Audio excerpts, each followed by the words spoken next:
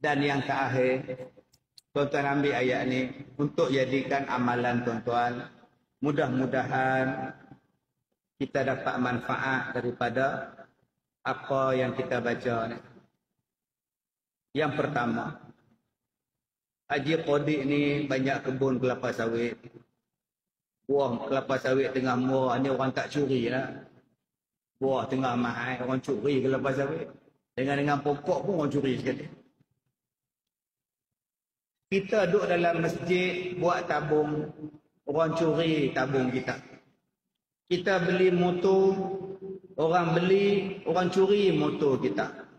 Kita buat gerai dekat rumah kita, gerai tingkap, gerai pintu, orang tak masuk, dia masuk ke bumbung. Lah, pencuri jahat. Jadi saya nak ajar pada tuan-tuan satu ayat untuk tuan-tuan amalkan.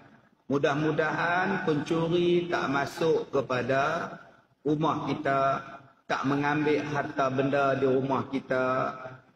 Jadi tuan-tuan amalkan ayat ini tiap-tiap kali tuan-tuan nak tidur malam, tiap-tiap kali tuan-tuan nak tinggalkan rumah, tiap-tiap kali tuan-tuan nak parking kereta di mana-mana pun, motor di mana-mana pun, tuan-tuan bacalah daripada Suratul Kahfi ayat yang ke-15. Ulang balik, Suratul Kahfi ayat yang ke-15.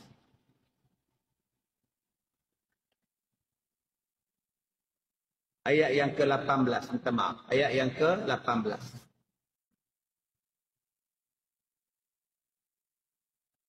Ayat yang ke-18. Ayat dia bunyi macam ini.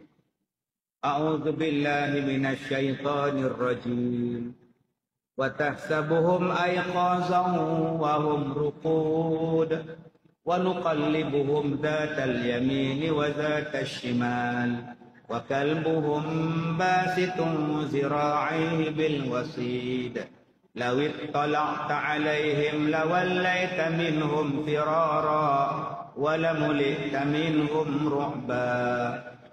Jadi lepas ni kalau nak pagar rumah tak payah ambil bulu kuning. Ni makcik-makcik takut dengan orang minyak ni buh bulu kuning, tak payah makcik oi.